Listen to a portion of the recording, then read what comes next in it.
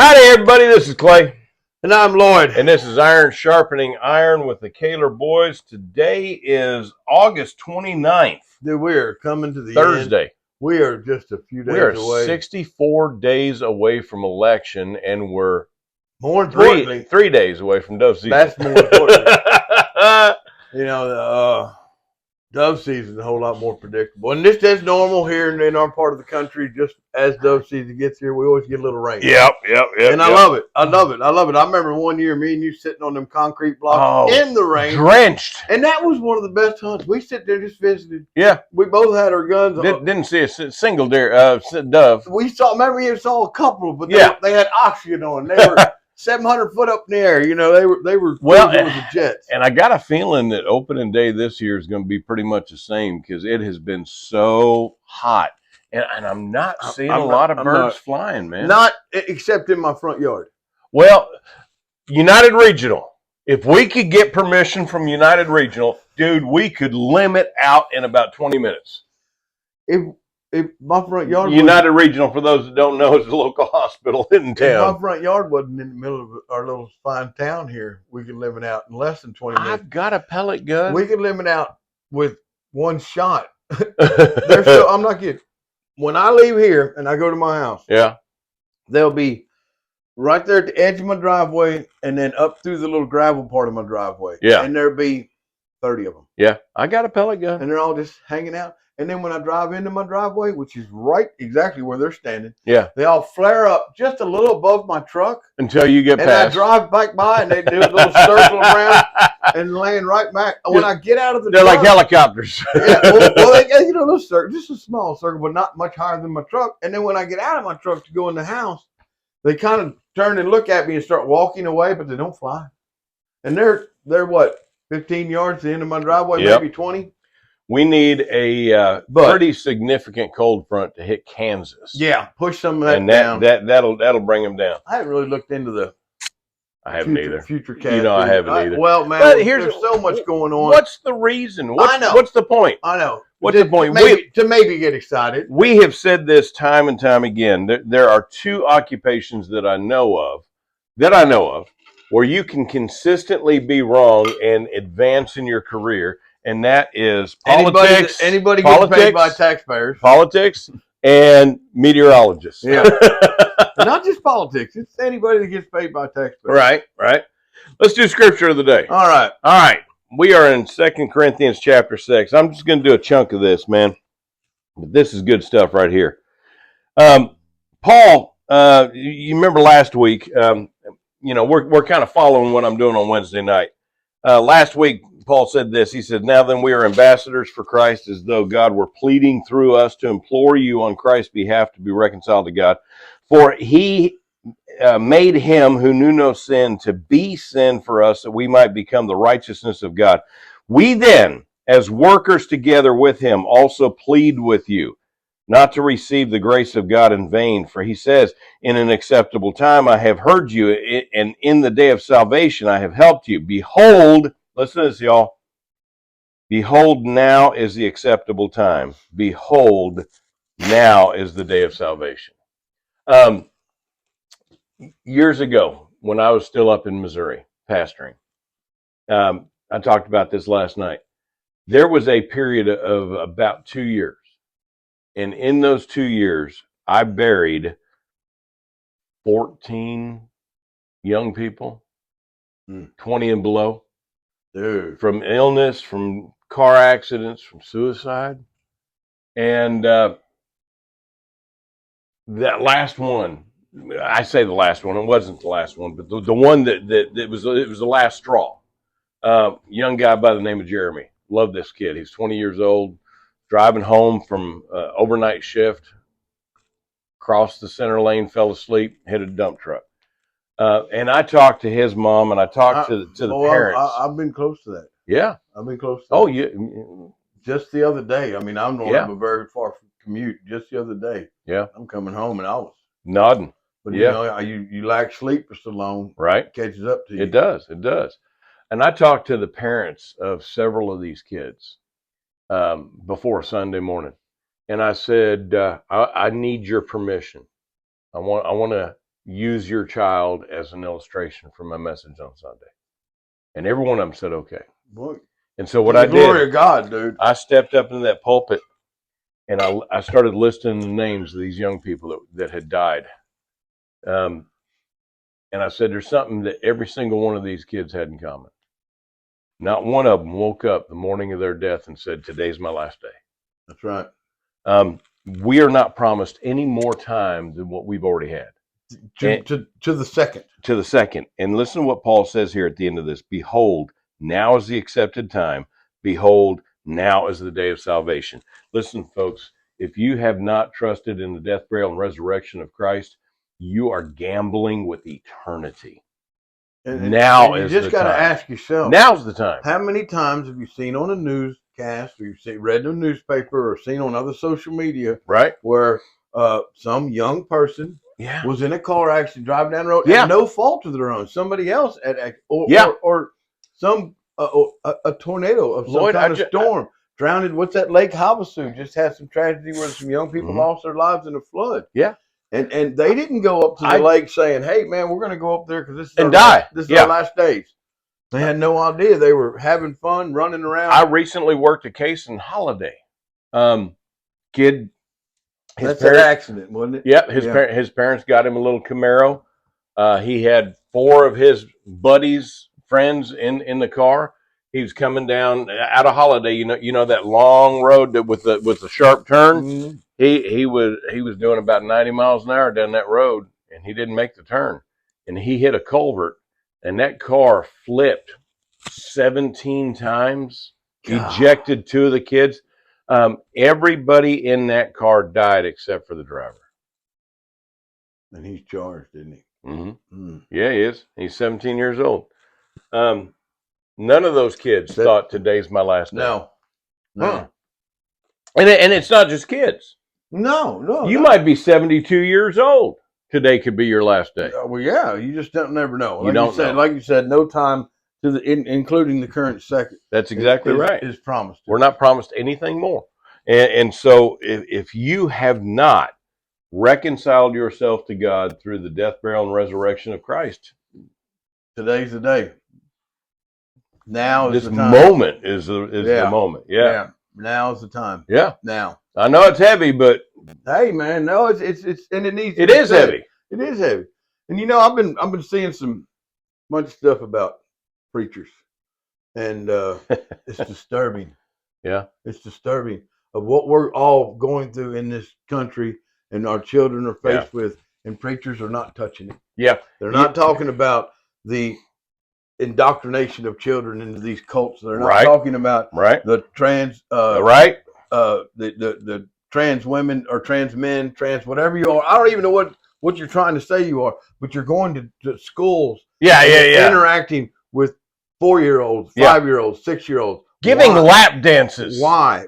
You're dressed provocatively. I don't care if you're man, woman. I don't care. That's not necessary in that school. And preachers aren't talking out about it. They're not saying nothing about it because they're worried about hurting people's feelings. Don't say all preachers. I didn't say all. I know a few. I said preachers. There are preachers. And dude, if there's 2 that aren't speaking out about it, that's too many. Too many. That's right. I know and there's 3. There's far greater number than 2. I'm seeing a significant number, and that trend on the rise. Lloyd, there are churches that are bringing trannies in to do Bible readings. Are you kidding me? But I know of 3 preachers right off the top of my head, absolutely 100% are touching on this on a regular basis. And that's me, that's Brother John, and that's our brother Billy. Billy. Yeah. I was just excited. I didn't think he was didn't include Billy. I was like, wait a minute, don't skip out the river. I guarantee you. Man, there's a couple in Washington, D.C. who have lost custody of their autistic child because they didn't allow him. He was born a boy. He's him. They didn't allow him to go through the change because he wanted to. And now he is living with a non-binary. Now this is going to blow you away. A non-binary chaplain has custody of this child. That's child abuse. That's horrible. What do you think that chaplain is doing to that Grooming. child when the doors are closed? Grooming this child to do whatever. Yeah. And this child being autistic, man, he's vulnerable anyway. Put a bullet in it. Yes, that's horrible. I heard that story last night, and I looked into it, on print, and they've lost custody. First off, I don't know, man. You're not taking my child. That's it. I promise you. First thing you got to do is you may my door. You may take my child. You may. Maybe. No, you won't. But no, not the first. Not the first one. Not the first people. Or the second or the third. Somebody may end up down the line with custody of my child, but my child's going to know without a doubt. But you're going to have to step over my corpse to do it. Yeah, my child's going to know without a doubt that I didn't go down with that. You fought for him. Yeah. But can you imagine, those parents? They have this autistic child. That's already a struggle. Yeah. That's already pretty demanding. You have the special needs kids, and I don't know at what spectrum he is. Right. You don't know. It could be anywhere. And then the state comes in and removes your child and gives your child to the name of this person. I have that video. I will listen. Yeah. The name of this person was like, I don't know, the Lily Flower of June or something. Yes. I don't know if that's exactly it. Right. But it was something bizarre. His name wasn't Hank or Susie or Tim.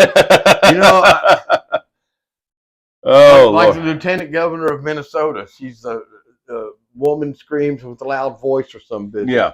My name in Akiwachihichiwi. Are you kidding me?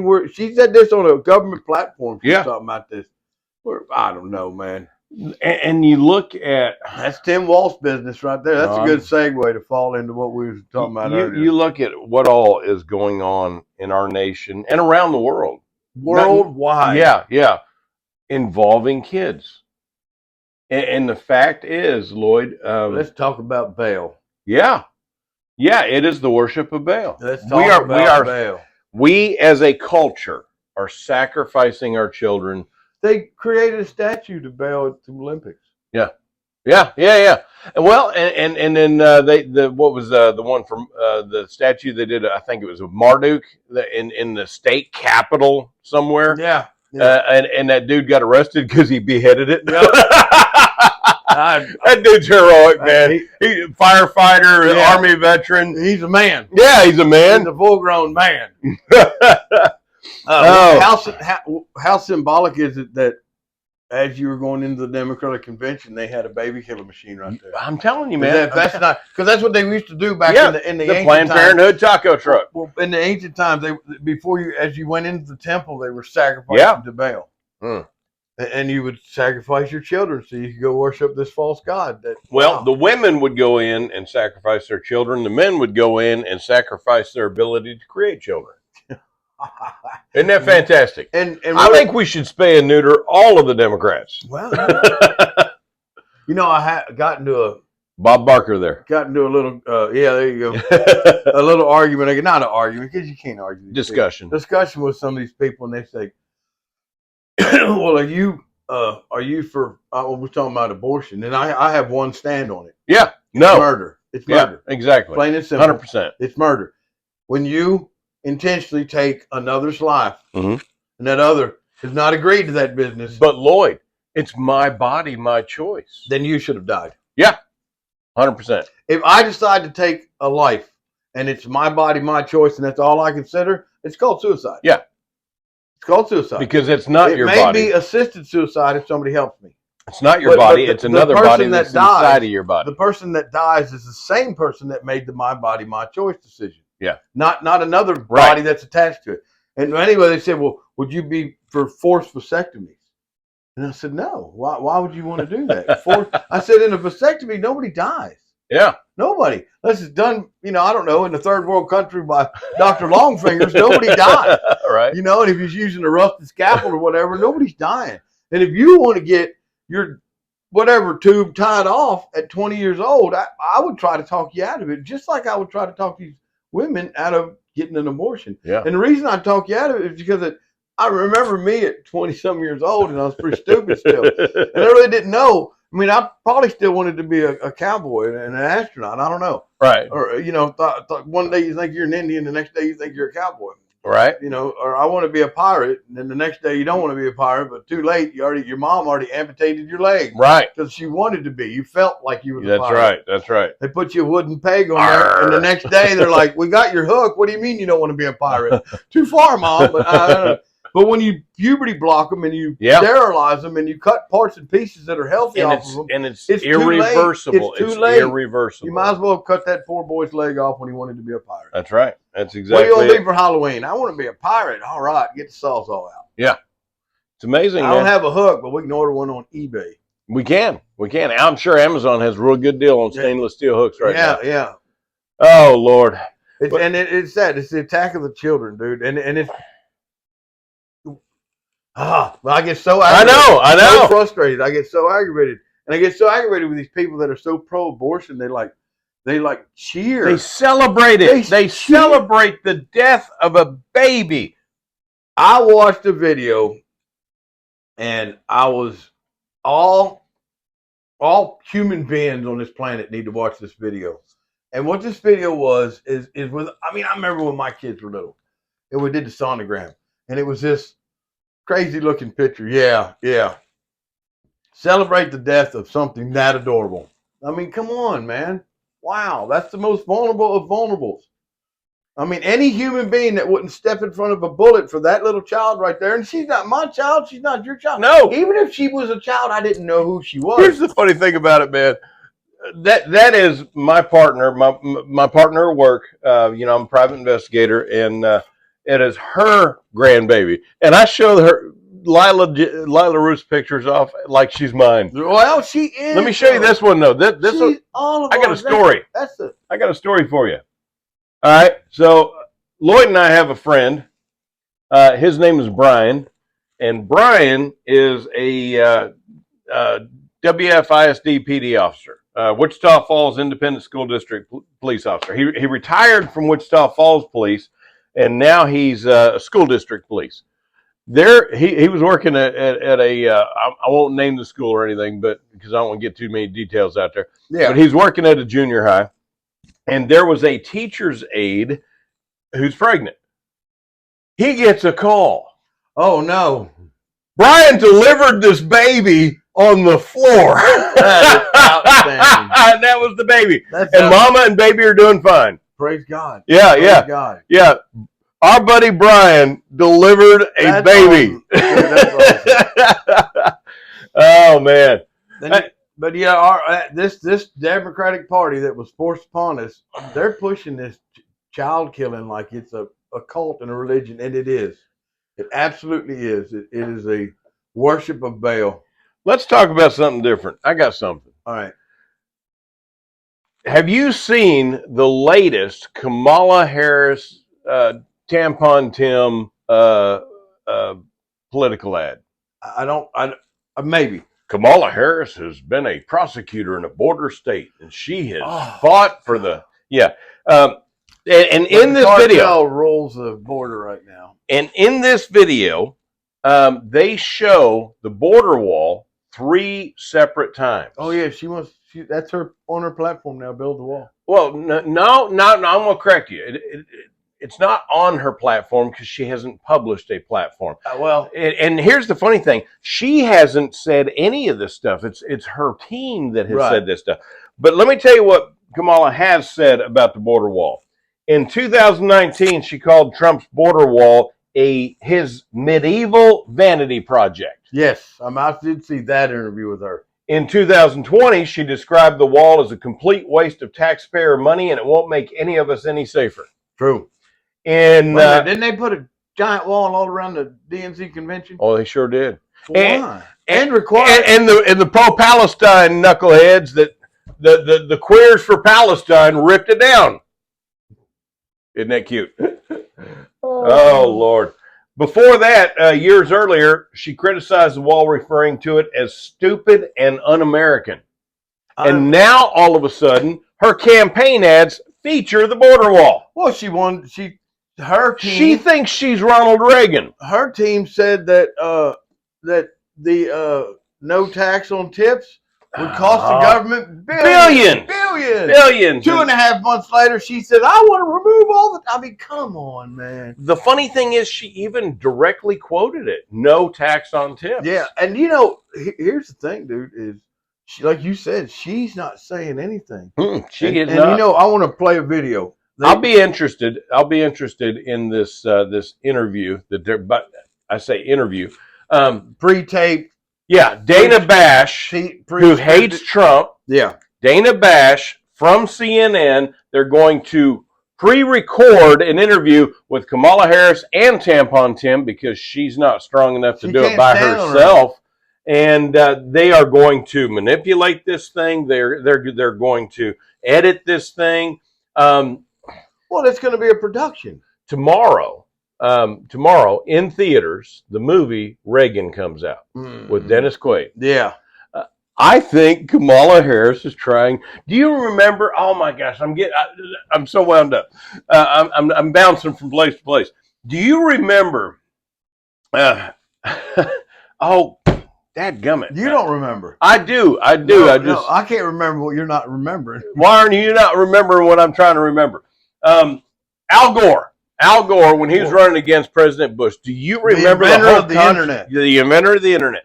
Do you remember when the whole controversy about his hairdo? No.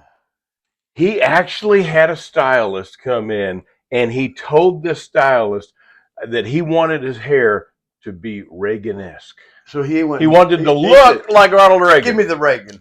Yeah, that's exactly it. He wanted to look like Ronald Reagan during that competition. That's hilarious. I realized something not too long ago.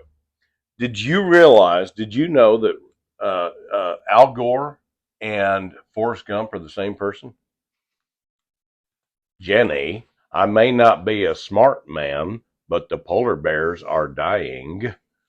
Same person. Same person. All right, come on with what you got, man. I'm just all bouncing all over the place. It's like I'm on a caffeine. We're talking about the Kamala thing and how she doesn't do her interview. She doesn't say anything. No, people does. And here this might be what Kamala Harris. So much for Kamala Harris, and I'll give you some numbers which startled me when we took a survey of Democratic voters leading into the elections to see what they knew about Kamala Harris.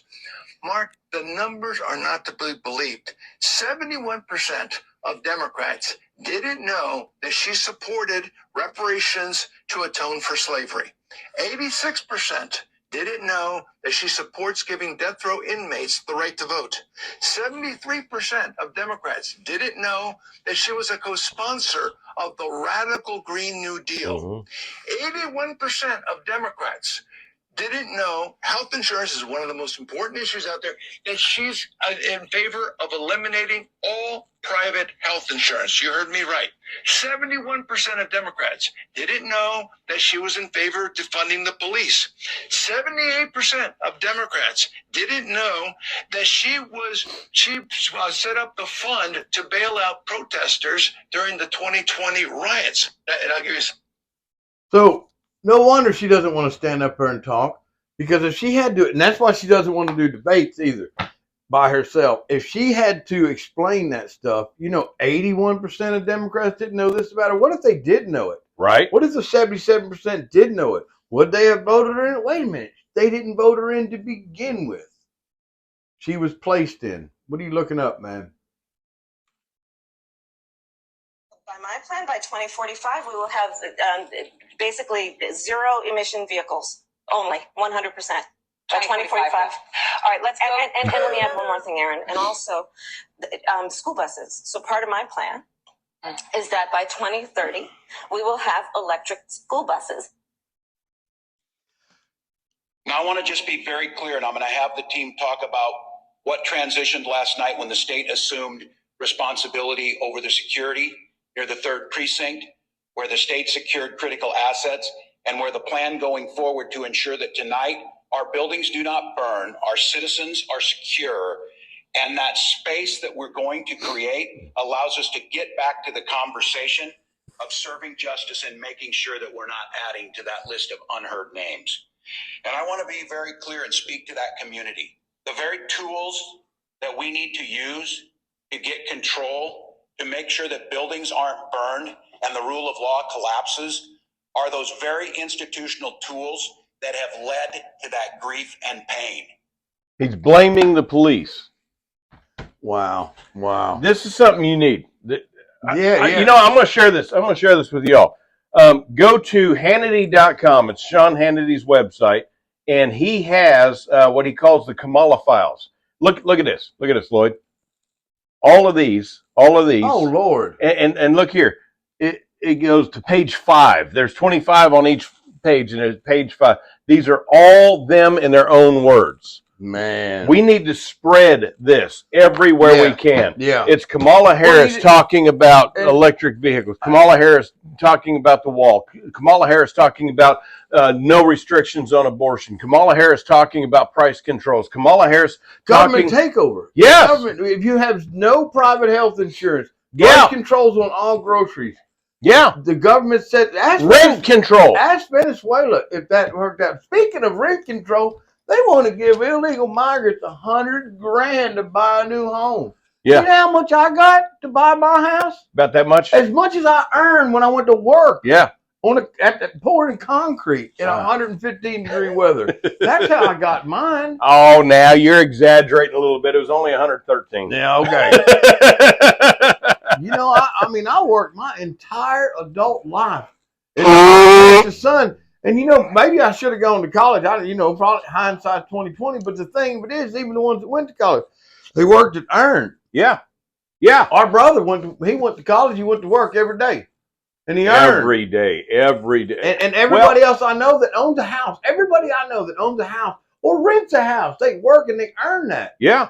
But now they want to give a $25,000 down payment money to them, and now it's up to $100,000 in California. Well, and we talked about this last week. We have a housing crisis now. We have, I don't know how many tens of thousands of homeless people, and you want to give away. We talked about this last week.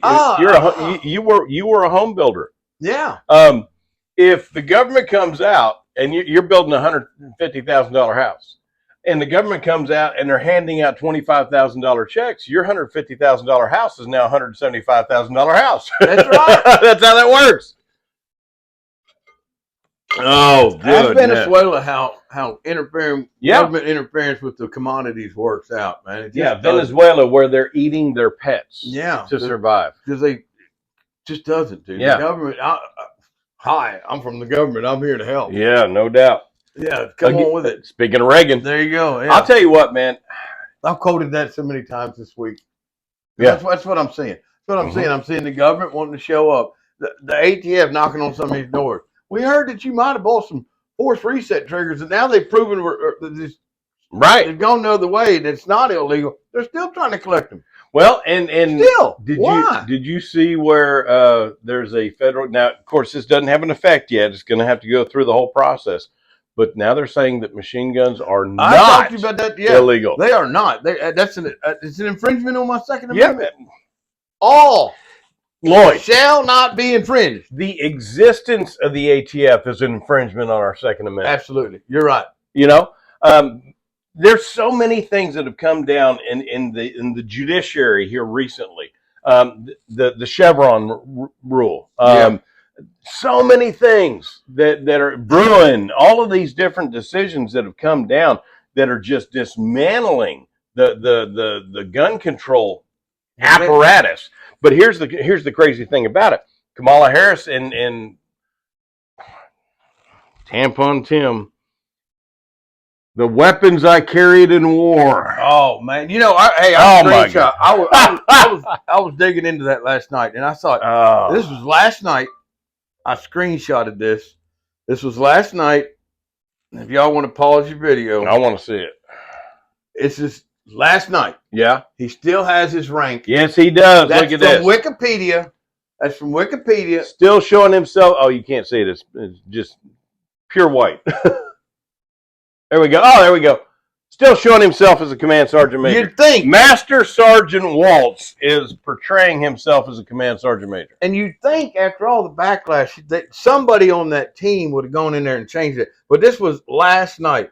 This was Now, you and I need to be careful. The 28th of August. We need to be careful. Okay. Because we're treading in some dangerous waters here. Let me explain why. You served in the United States Army. Mm-hmm. You attained to the rank of what, E4? Mm-hmm. Okay. I served in the United States Army. I attained to the rank of E5. We're both wearing colonels on our hats. We are Kentucky colonels. That's right. This is not a military rank. This is the Honorable Order of Kentucky Colonels. So I just want to make sure that y'all aren't thinking that we're doing a Tim Waltz. No, Neither one of us served as colonels in the United States Army. No. I did serve my last little bit in the Army as a lieutenant. Butterbar. No, you didn't. Yes, I did. I was a chaplain candidate in the reserves. I did not know that. I was a chaplain candidate in the reserves. I thought you was a working man the whole time you were there. I did not know you had got the officer because that's not. I was in seminary. And I joined the reserves out in San Diego. How many butterballs I seen cry? Oh gosh, you way more because you were in combat. But we weren't in combat.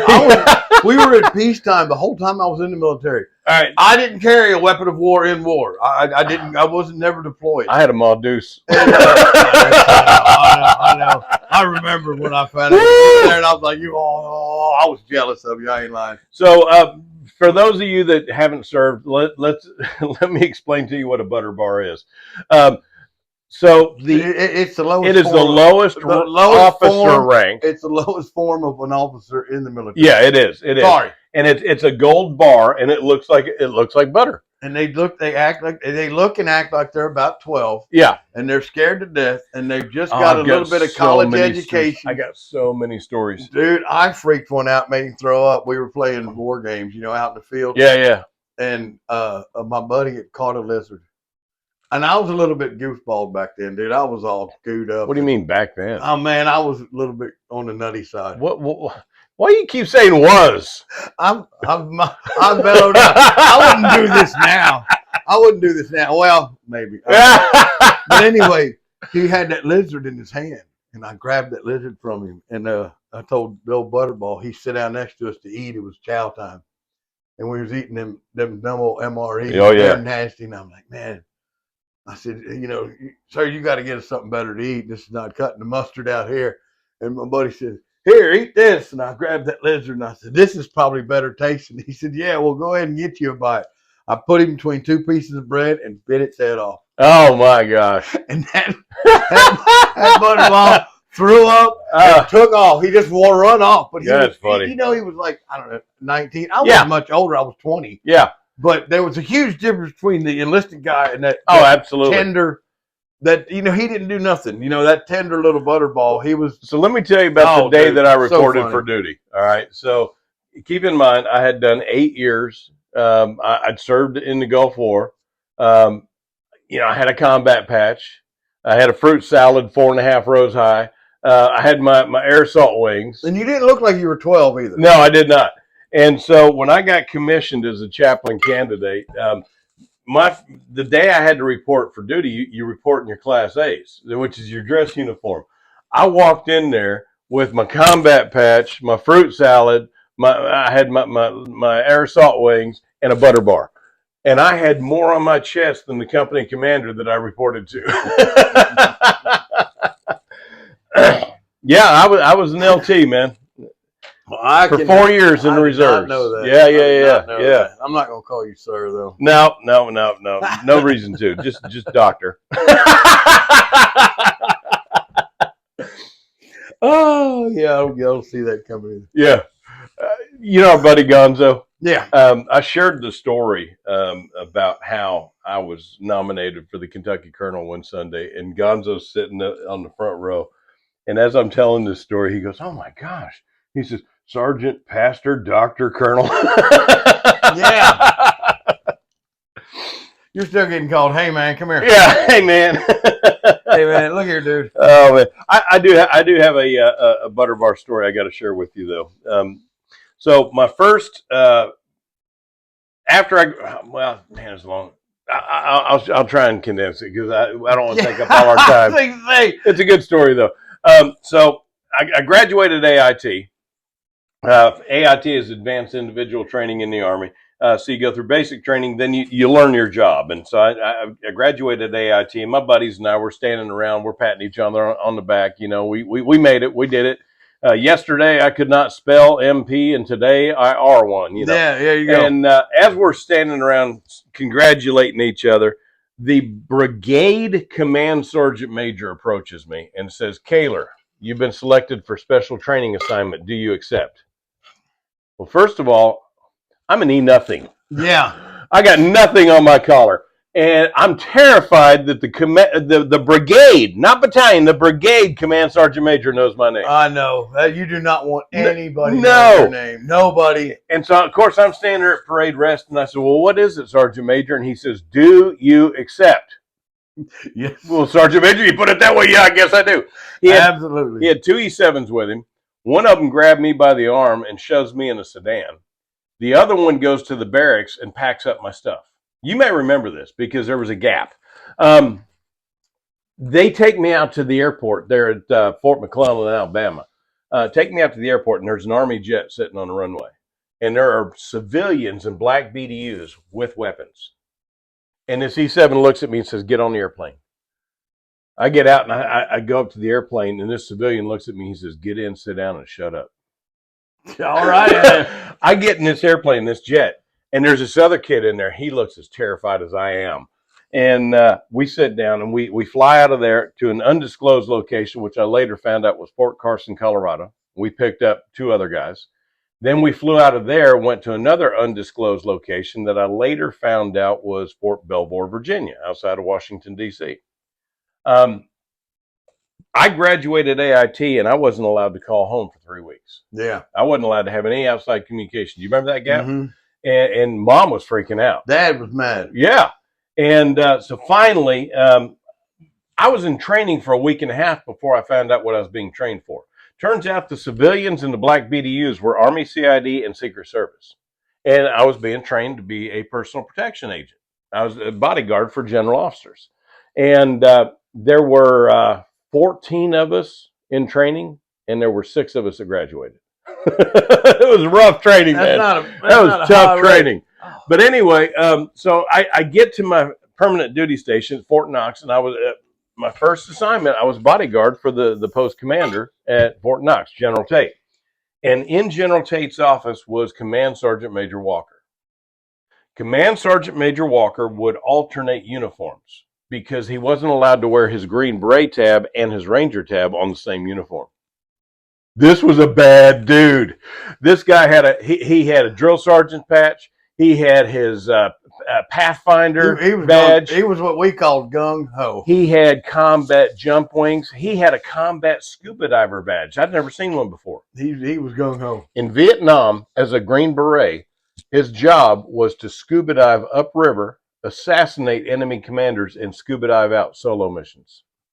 There had been rumor that he had been Delta, and I have no problem with those rumors. This dude was he was in his 70s and still active.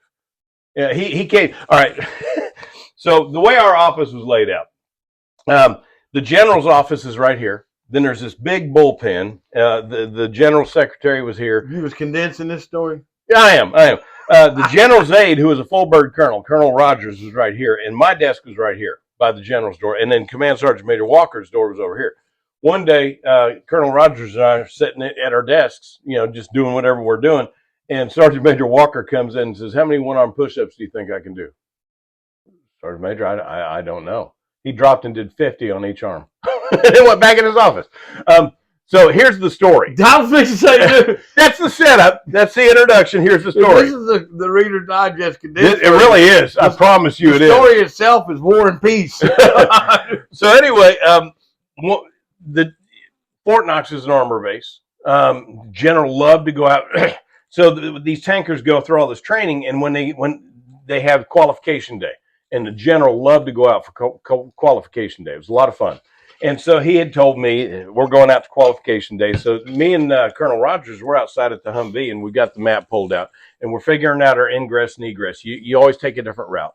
And so as we're doing this, keep in mind that this is headquarters. It's where all the butter bars come through. when a second lieutenant joins the Army, he's got about 3 days in the Army. He is assigned to headquarters until he is reassigned to a unit. So we're standing out there, and we got butter bars everywhere. Sergeant Major Walker's coming up the sidewalk, and he's got this folder. He's reading something as he's walking up the sidewalk, and he walked past this butter bar and didn't see him. And we hear this butter bar yell, "Sergeant Major, attention!" And he begins chewing the sergeant major out for failing to salute a superior officer. Command Sergeant Major Walker, who'd fought in Vietnam, who'd fought in Korea, who'd been in Grenada. Gung-ho. Yeah. Gung-ho. Stood there at the position of attention, and he took this butt chewing from this kid who'd been in the Army 15 days. God. And finally, Sergeant Major Walker looks at him. He says, "Lieutenant, are you finished?" He says, "I am, Sergeant Major. You're dismissed." And I've never seen a man move so fast. Sergeant Major Walker reaches out and grabs this kid by the throat, bends him backwards, and it starts walking with him, carrying him like a suitcase by his neck, up the steps. Well, I'm the general's bodyguard. I got to make sure everything's okay. And Colonel Rogers just wanted to see what was going to happen. So we followed him all the way up to the second floor, into our office. God. Yeah, and he's still got this kid bent over backwards by his neck. Goes straight into the general's office, throws this kid to the floor, does a spinning back kick, and kicks that door shut. And Sergeant Major Walker starts screaming. Colonel Rogers looks at me. He says, "Clay, I'm scared." Sergeant Major Walker ran out of air. The general started screaming. General didn't last quite as long as Sergeant Major did, but by that time, Sergeant Major had recovered. He got his breath, yeah. And he started screaming. I'm not kidding, Lloyd, they had that kid in there for 15 minutes, solid, just screaming at him. Finally, the door opens, and this butter bar comes out, and he's got tears streaming down his face and a huge wet spot in front of his pants. He was a civilian the next day. Wow. What? See, that story was worth it. What entitlement he thought he had. Yeah. Oh, we see that in our world, though. Oh, I'm telling you, man. Now, our whole world is entitled. Yeah, yeah. I've got a picture of Sergeant Major Walker pinning my E5 wings on me. Oh, cool. Or my stripes. Yeah. And him and Colonel Rogers. Yeah. Do you think any one of them people that you dealt with through your military, especially the ones you were close with, you were assigned with, you worked day in and day out, you think they would lie about their service? No, absolutely not. Do you think that no matter what political affiliated somebody else was, do you think they would call another service member out on lying? Absolutely. In a heartbeat. But if Vance does it, he's just talking bad about another service member. No. He's calling out a liar. Well, and that's all it is. That's what it is. It's your liar. As a combat veteran, I will call out somebody that I know is lying. You don't get to claim something that you didn't do. You didn't earn it. You didn't, and that's just it. And especially, you see a lot of this around that where there'll be people that'll have like some military clothes on, and they'll have some rank on. Yeah, they'll have a Ranger tab on or something, and they're playing. Yeah, maybe it should, but I don't care. It doesn't bother me. Yeah, none at all. Yeah, none at all. He's trying to puff his own self up. Right. In 30 seconds, I'll never see that guy again in my life. He means nothing. But see, that doesn't apply to Tampon Tim. That's right. He is running for vice president of the United States. He's using that, standing on that platform to make himself look better, to gain and votes that he's just lying about. Well, let me point out something that not that all the other politicians don't lie. Barack Obama ran and won 2 times, and on the center of his platform was closed Guantanamo Bay. Yeah. You know it's still open? Yeah, I know. The thing about Tampon Tim that bothers me, and I don't think a lot of people think this through, those that are trying to diminish the fact of his stolen valor. He is running to be the second in line to being commander-in-chief. Right. If they are elected and something happens to Kamala Harris, he is the commander-in-chief. Yep. This man who lied about his rank, lied about his combat record, lied about his service, and is going to be in charge of the American military. And they're spinning, oh no, he misspoke. I can accept that. Can you? Yeah, okay. I can. Okay. If I said, I don't know, been a long time since I've been in service, and I said that I had done something, or the man, wait a minute, and then somebody pointed out, no, you didn't do that. And I'm like, oh man, I'm sorry. And I come back and said, you know what? The other day I said I was this or I did this, and I misspoke. I was wrong. It's been 40 years since I've been there, Right. and I was wrong. It was pointed out to me that I was wrong, and I was wrong. I'm good with that. To a point. If you corrected yourself, he was in line to be a command sergeant major. He was frocked. Right. That's the first steps. So for those that may not have military background, let me explain what frocking is. Okay. Let's say I'm a E6, all right, staff sergeant, okay, Yeah. and I'm put in the position as a platoon sergeant. That's an E7 billet, all right. So what they do is they pin the E7 rank on me. I'm still an E6, Right, but I'm in the position of an E7. He was an E8, which is a master sergeant, right, and he was put in the position of an E9, so they pinned the rank on him, and he was called sergeant major, but he hadn't been to the command sergeant major academy. right, and that was, And so when that was going to be his next when step. he chose to leave the To National retire. Guard, about the same time they were getting orders to deploy. You know, that's another thing that just drives me nuts. If you had served 24 years in the military, 24 years, and then they said that you knew It's time. We're going. You knew war was We're going to break out, and you're like, man, I'm old and tired, and I've served 24 years. I'm going to get out. Yeah, I can respect that. sure. But if you say, "Oh, it was coincidental," with all your units saying, "No, we had months before you chose to run for Congress, we had orders. We knew we were going." Well, and then you lied about why you were getting it. Oh, I wish I could be there with my guys. No, you're a liar, Lloyd. That's what I have. Before we deployed, we got all right. So you get I don't remember the exact terminology, but you get preparatory orders before your final orders. Right. We had preparatory orders 6 weeks before we got our final order. And see, he knew months in advance, that they were going to be deployed, and that's when he decided to I'm out, retire, and he wanted to retire so he could run for Congress. Right. And he got out and never attained the rank that he claimed that he had. That's it. And then he never obtained that rank, but still you look on Wikipedia and there it is. But you know what? Let's go back to what you were saying about it, how you can understand this. To a degree. I remember when I changed a flat tire on a Humvee, and you remind me, no, you didn't. Man, you called the M88 out and they did it. I worked on the M88. I worked on the recovery crew. That was the funnest little rig ever. That maybe I can explain. I could. Yeah. I went to combat. That's a little harder. No, see, yeah. That's a little harder to say. But then to repeat it over and over. Yeah. Talk about he was at this ramp ceremony in the dark at night. No, he wasn't. He wasn't there. He deployed to Italy. Yes. In support of freedom. Yeah. In support of enduring freedom. Absolutely disgusting. And I'm sorry. His biggest issue in Italy was whether his calzone was done right. That's right. The wine was cold enough. Exactly. I don't know if they drink it hot or cold. I don't either. I'm not a wine guy, so I like wine. Yeah, I know you do. I do. There's now this like what they call the dry wine. Yeah. I never understood that. Yes, it's still wet. I guarantee if I took a glass of it, if I took me a glass of it, went some splash right in your face. I'm wet. You're wet. Yeah. And I smell funny. But then if you taste it and it's like, I don't know, it's nasty to me. Yeah. Just nasty.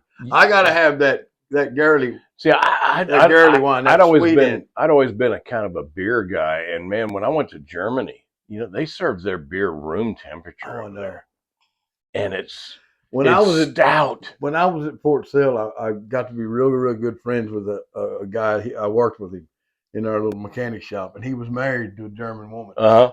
And we would go to their house. Oh my God, this woman could cook. Yeah. Oh, I love German food. We were at her house, German food. and she loved when a whole pile of us fellas come over for her to cook for. Yeah. She just loved it. And they didn't have no kids. It's that hospitality. Yeah. She just loved it, and she'd get on to us just like we were her husband. It was so funny. Get your feet off the coffee table. She was hilarious, Yeah. man. She was a hoot, and you did not get inebriated and act a fool there. No, of course not. Never. Or you did once. Yeah, one time. And then you didn't do it again. But she would she'd drink that beer. Her beer came out of the garage. This was in Oklahoma. Oklahoma. And her beer come out. She'd walk out and she'd drink that hot beer. When I was thought, man, I have drank it at the lake when I was a kid and thought, this is the most nasty thing. Yeah. Oh my God, what am I drinking? Right. Kept drinking it though. When I was over in Germany, I had a story and I lost it. That's all right. I'm dying over here. Are you all right, man? My sciatic nerve. Really? Yes. Every once in a while. Well, grab that pocket knife. I'll fix it for you. Oh, here. I got a little belly knife right here. I just sharpened it. Every once in a while, it'll get to flaring up. Man, I don't know if you've ever had an issue with your sciatic nerve. I have not. It is like somebody goes in about the middle of your back, right there around your hiney line, where your belt is. About where your belt is. Where you got stabbed in high school. Right in there. and they poke you. And Yeah. it's not real bad. It's like, what is that? Like maybe a sticker. Yeah. Like maybe a sticker. And then shortly after that, You get that nerve pain. you get a pain that shoots down my left leg and down all the way to See, my you left you don't knee. need problems with your left leg. I know, because that's supposed to be the good one. Yeah. And it shoots down to my knee, and that pain feels like somebody done run a screwdriver right here in the back of my thigh. And it don't go. It's not like and it's a nerve pain. Right. It's like somebody clamped you in the clamp, and it's there. Oh man. But it'll go away. It will. It It'll will. go away. I prayed about it. It'll be all. It'll be done. You're a tough old man. Yeah, you just got to deal with it. Yep. Move on and deal with it. Tell the folks about that time you got stabbed in high school. No, talking about don't play with knives in school and don't have idiots for friends. Yep. That's a funny thing. You had some of the people that are watching this, their mind just blew.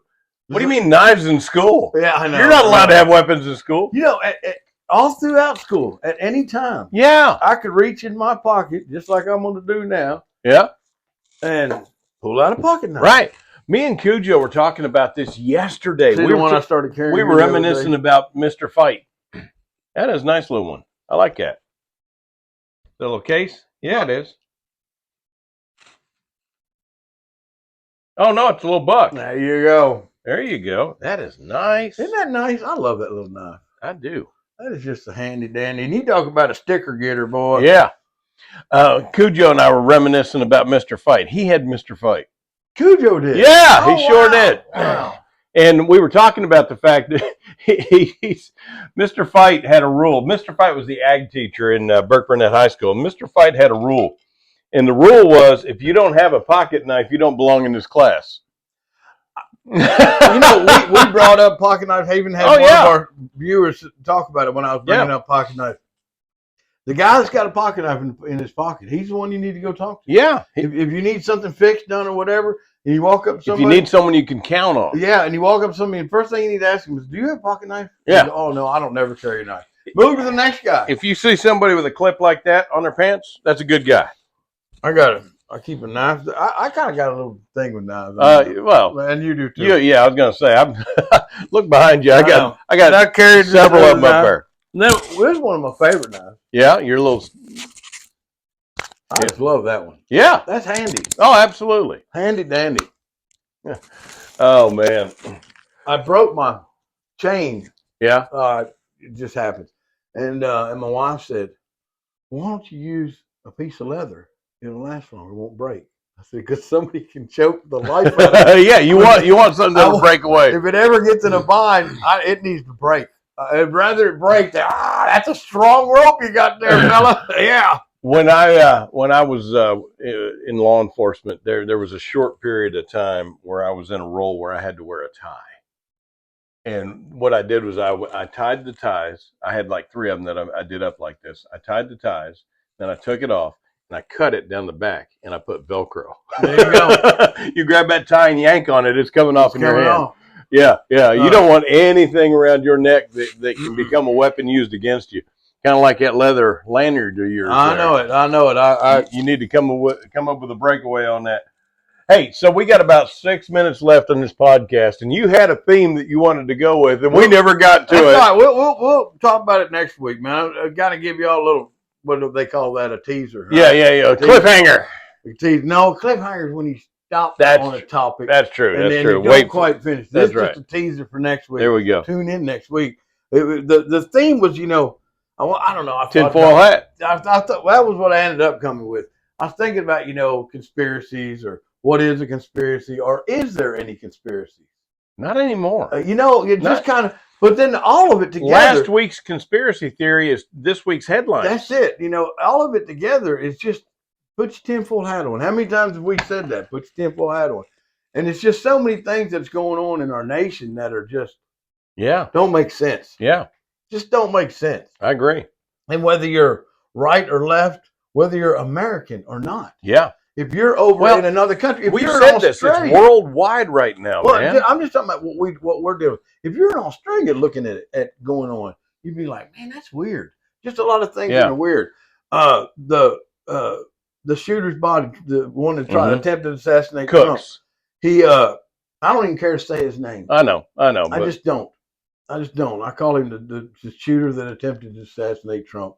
I just don't. Yeah. But anyway, there's a lot of weird things with him going on. Yeah. Found out the other night that his parents have hired these high-priced lawyers, like bazillion-dollar lawyers. They're big-name lawyers. Yeah. Why?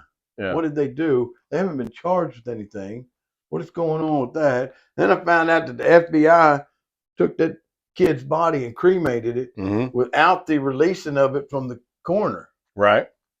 Yeah. Well, that's weird. One of the congressmen said that's covered up evidence. Destruction of evidence. That's a crime. Exactly what it is. Yeah. And why? Why would you need to cover up any evidence? Yeah. You're an investigator. What would be the purpose of me covering up evidence? So that somebody doesn't find it. So somebody like you doesn't find it and put two and two together. Yeah. Because, I don't know. And there's just a lot of other weird stuff like that goes on in our country that I've been kind of collecting different videos and stuff about it. And I like probably next week I'll come a little early and we'll watch a bunch of them and then maybe make us a little, hey, we can write a cheat sheet on our hand. Yeah, we can just do read that it like this.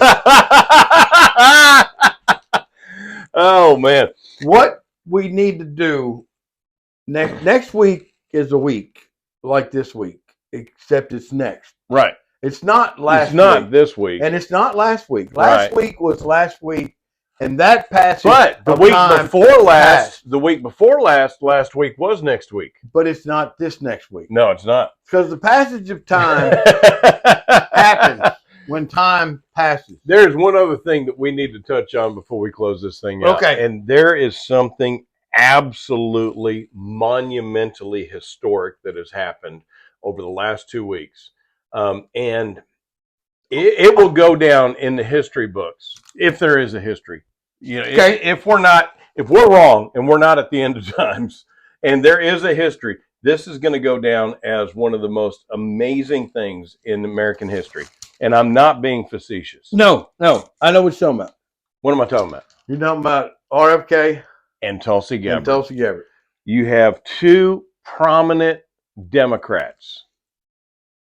One who was born in a Democrat dynasty. He is the nephew of John F. Kennedy. If you look up Democrat family, their picture pops up. They call them Camelot.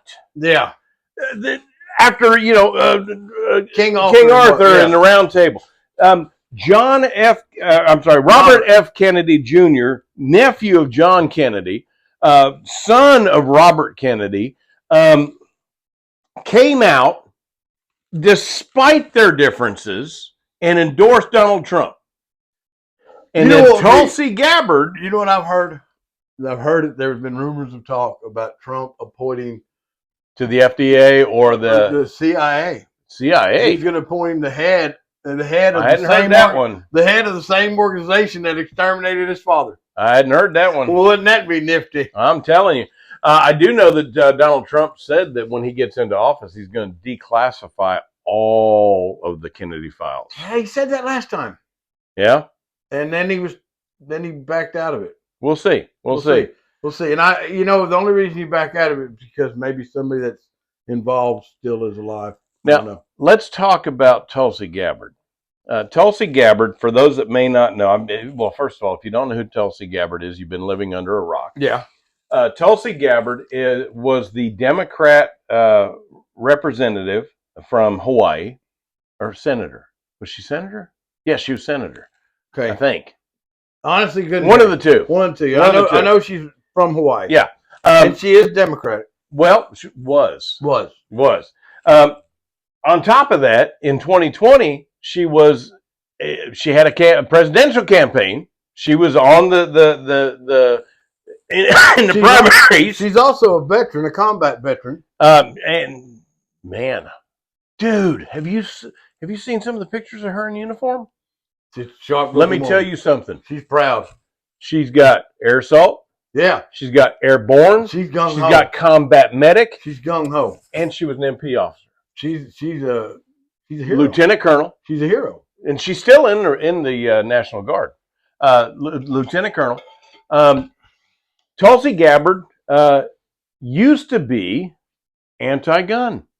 Right. Pro-gun control. And something happened. Now she competes in 3-gun competitions. I know. She went to Terran Tactical and got trained. The same place that trained John Wick. That's awesome. Yeah, I'm telling you. And that's historic, dude. That's absolutely. Well, and then let's take it a step further. Do you know what she was doing on a fairly regular basis after she left the Democrat Party? Mm-hmm. Tucker Carlson, when he was still on Fox News, she was a regular guest host for him. Oh, wow. Yeah. You know that they put her on the terror watch list? Yes, I do. And as a matter of fact, everywhere she goes, she's being followed by these air marshals. That we pay for. Yeah. Yeah. Isn't that amazing? Our taxpayer. Well, this is a combat veteran hero. Yes. I don't care what her political affiliation is. Yeah. I mean, I know it is now. But besides all that, it's a combat veteran hero. If Tampon Tim had have served the way he claims to have served, I would stand up and salute the man. I would, despite the tampons in the boys' room. No, but his service would be his service, and I would be honored and proud of his service. Yeah. As an American, yeah. I'd say thank you for your service. Yeah, and him, like any other service member, if I caught him in Cracker Barrel, I'd buy his dinner. Right, because I appreciate him. Absolutely, and I don't ask that guy I bought his dinner. Well, who do you vote for? Right. I don't care. He served in our military, especially if he's sitting there with a Vietnam hat on. Right. Got a special place in the Vietnam. That's right. Dude. That's right. Our father was a Vietnam vet. Yep. But you know what else was historical? What's that? And if anybody here is a lawyer, please, or know a lawyer, or think they know a lawyer, I don't know. Please comment. Facebook coming out and writing a letter to Jim Jordan saying, yeah, the Biden administration pressured us for censors. That's an attack on Lloyd's First Amendment right. I posted stuff anti-vax and anti-COVID on Facebook during that time, and it was pulled off, and I'm told I'm being in violation. Like I'm the criminal. Yeah. I want to file a massive class action lawsuit against the government. Right. And you know what? I'm not looking for no coins. If we get something cool, maybe we'll get some hunting land. There you go. But we could take any money that won in that bad boy and put it towards our veterans in this area, our homeless veterans, veterans that don't get the proper care that they need. You hear about what the VA is changing? Mm-mm. You used to get a separate rating for your tendonitis, your ear ringing. Yeah. They're changing that. Really? Yep. I've just seen that last night. Really? Changing that, and you're not going to get that separate rating on account of the ringing of the ears. That affects me personally. It does. Anybody that has ringing of the ears knows how horrible that is. Yeah. I have it it's due to too many surgeries, due to massive amounts of antibiotics, and he told me one of the side effects is you may get this ringing of the ears.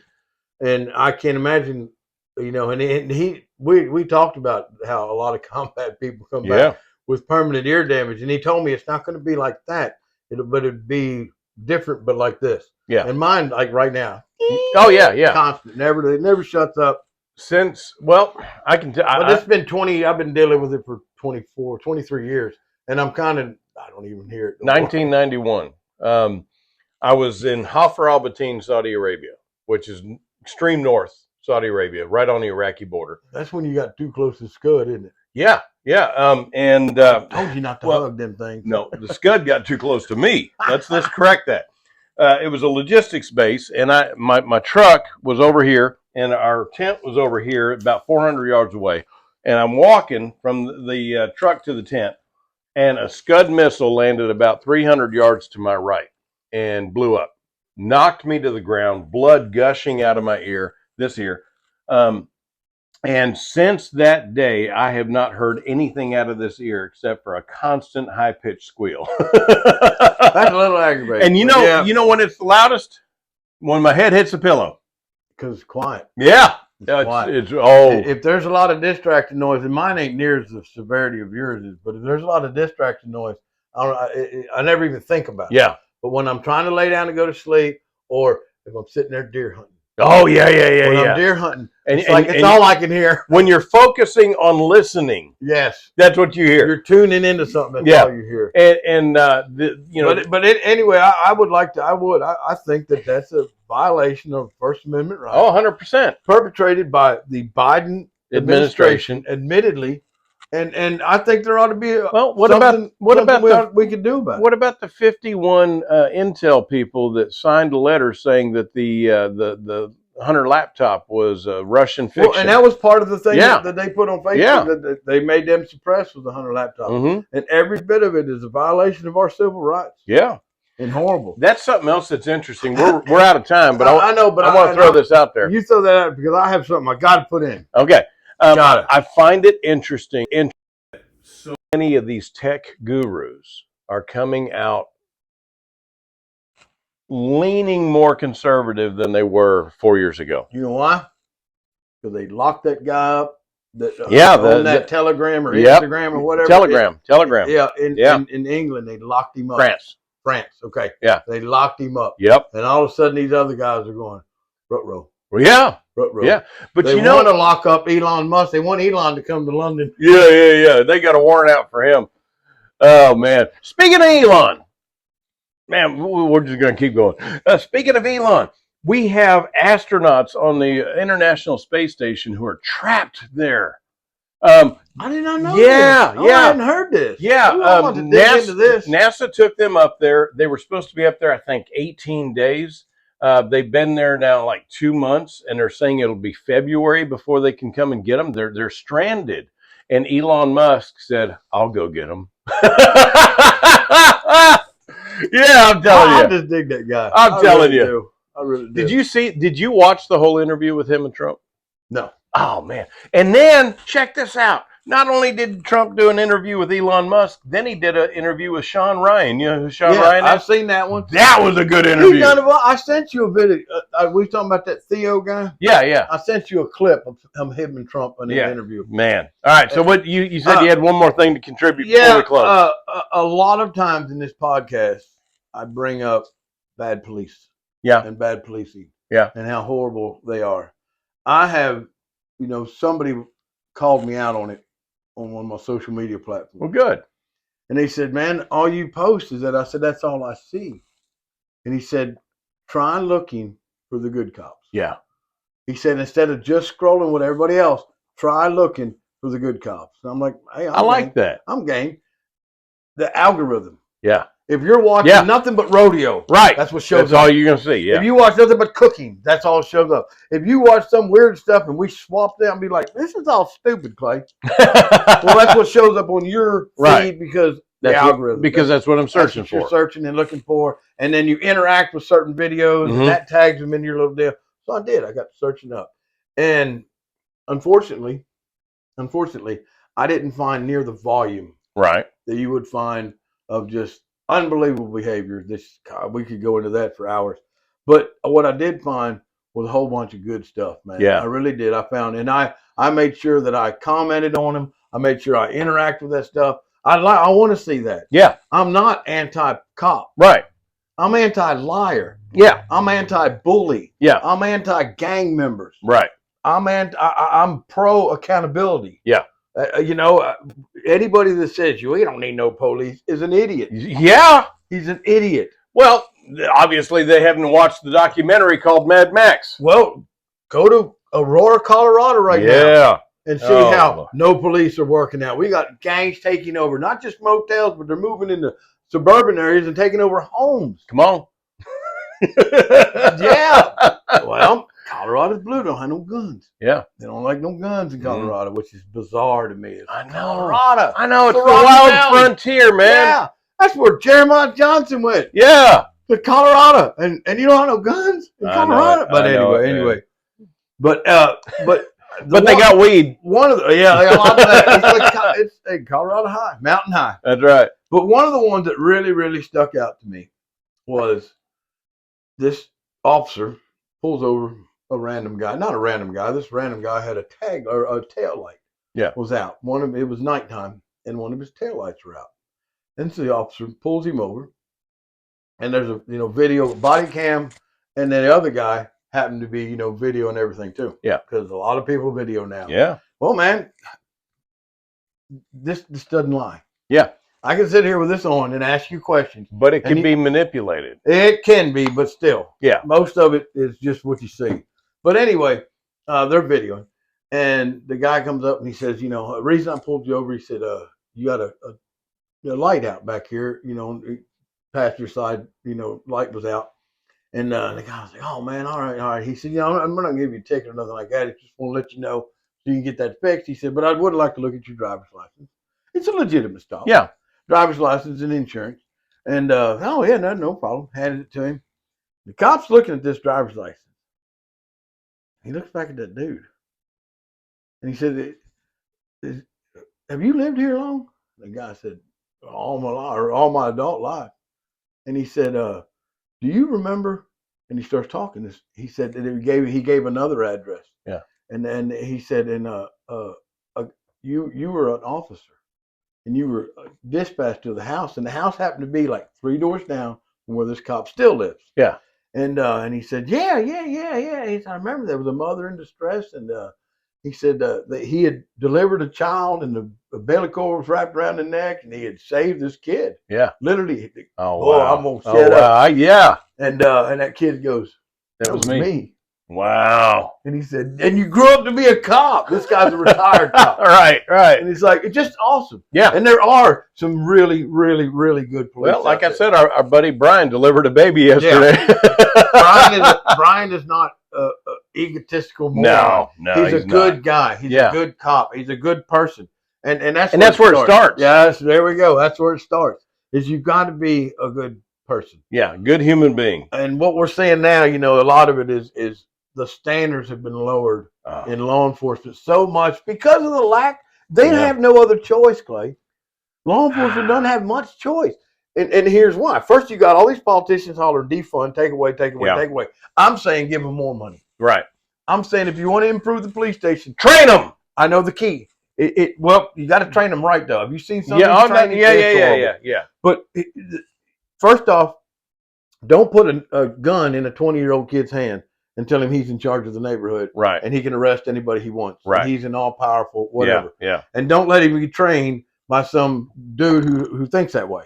But man, if you would make these kids, 2 years of college, an associate's degree, give them a higher salary, require or military. Or military, either one. And then require, just like we require doctors to have malpractice insurance, require them to have insurance that covers them if they beat the heck out of somebody for no reason. Right. So it's not the city. It's not the city. It's not me and you that's got to pay for the cop's mistakes. And then he gets put on administrative leave. What is that? It's a paid vacation. I watched the video there. No, I didn't want to get. Never mind. I'm not going to yeah. I was going to just start bashing. I got an idea. But give them your tagline. Well, it kind of goes in with that whole comp. The whole kind thing. Just take time to be kind. That kid standing on the side of the road, grown up as a police officer, was recognizing the man that saved his life as an infant. Yeah. And he was just. You think I'm tearing up a little bit? These two grown men standing on the side of the road, sobbing, hugging each other, sobbing, dude, just sobbing. And you don't have to deliver somebody's baby, but you can absolutely touch somebody's life like that. Oh, absolutely. There's a guy on social media he won the lottery. Yeah. And he doesn't look like he has any money. And I guess he's just filthy rich. He's got millions. And he goes into the grocery stores and he's wearing a wife beater shirt, a pair of half tore up jeans that look like something I'd wear on the job. You know what I mean? Not my job now, but back in the day. And then some Timberlake boots, work boots there. And he walks in and he kind of goes down the little checkout aisle. He'll walk up to somebody and say, "Can I buy your groceries?" Huh. For nothing. No, he just wants to buy their groceries. Yeah. They'll be like, "Oh, you don't have to." He said, "No, I know I don't have to, but I want to." And they'll tell him, he said, "I want a bunch of money. I'm filthy rich. I'm 26 years old, and I got more money than I know what to do with. I got a pocket full of right now. I don't know what to do with, and I like to buy your groceries." And then one guy that he was trying to buy stuff for the lady checking out. She was like, "No, sir, no." She said, "It's so wonderful that you're doing this."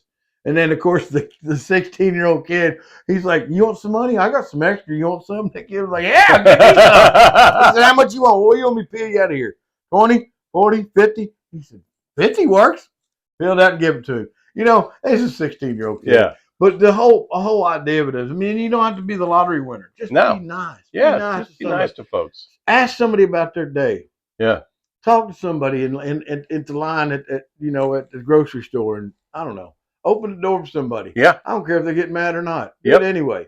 It's funny. Every time I open the door for somebody and they say, "Oh, you don't have to do that," my response is, "Ma'am, if I didn't, my father would rise from the grave, rip my arm off, and beat me to death with it." How hilarious would it be if after they walked through and as they were sitting there, you just reached and grabbed them and drug them back outside and then shut the door. He said, "There you go." Well, folks, if you even remotely enjoy what we do, we certainly encourage you to like, comment, and subscribe. As always, I'm going to tell you the Google doesn't care for us. The algorithms suppress us. I think our last video we had like 37 views. Oh wow! Yeah, and it was a good video. And one of them was me. One of them, one of them was my wife, and then our mama. Yeah. But anyways, one other thing. Dadgummit, I want to jump in here with this. We keep trying to close out this program. I solved a mystery, man. The preacher inside of me. I solved a mystery. Yeah. In conclusion. Yeah. What does that mean? Absolutely nothing. Absolutely nothing. I solved a mystery, which creates another mystery. Okay. I checked with that one person that I thought was responsible for that last batch of T-shirts. No. I have no clue. So it is true. There apparently is a trend among our viewers for buying us T-shirts, matching T-shirts for our broadcast. I almost called you this morning, like two girls, and said, "What are you wearing today?" Yeah, this. I know. But I was putting on my... Yeah. I wore that the other day. And I thought, man, I wonder what Clay's wearing this morning. That's funny. I know. That is funny. Yeah. I got to go to the bathroom. You want to come? I have smelt what you dealt in the bathroom. I'll be just fine out here. God bless you guys. Again, like, comment, subscribe, and share these videos if you would, just to help us out. And but not that it really makes any difference, because we're going to do this regardless of if we're the only two watching. But we love you guys, and I pray that we have been a blessing to you this Thursday. And Lord willing, we'll see you next Thursday. God bless you guys.